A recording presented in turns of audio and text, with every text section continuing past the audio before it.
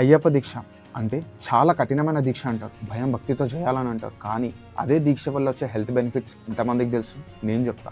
స్వామి శరణం, నేను మీ నరేనేత from the forgotten mic. 41 రోజుల ఈ కఠినమైన దీక్షలో ఎన్ని హెల్త్ బెనిఫిట్స్ ఉంటాయో తెలుసా? ఎర్లీ మార్నింగ్ 4 to 5 మధ్యలో లేచి చల్ల నీళ్ళతో స్నానం చేయడం వల్ల నర్వస్ సిస్టమ్ని యాక్టివేట్ చేస్తుంది, బ్లడ్ సర్క్యులేషన్ ఇంప్రూవ్ అవుతుంది, immune system, will power and మననంటూ ఒక డిసిప్లిన్లోకి తీసుకొని వస్తుంది. ఒకే రోజులో 14 to 16 అవర్స్ ఫాస్టింగ్లో ఉంటాం, అంటే ఆల్మోస్ట్ ఇంటర్మీడియట్ ఫాస్టింగ్. దానివల్ల హార్ట్ హెల్తీగా ఉండడం, షుగర్ లెవెల్స్ కంట్రోల్ అవుతాయి. మాలలో మనం జంక్ ఫుడ్కి దూరం ఉండడం, ఓన్లీ సాత్విక భోజనం చేయడం, చెడు అలవాట్లకు దూరం ఉండడం, ఎవ్రీడే మ్యాక్సిమం టెంపుల్స్ అన్నిటికీ వాకింగ్ వెళ్ళడం వల్ల బాడీ మొత్తం డీటాక్స్ అవుతుంది.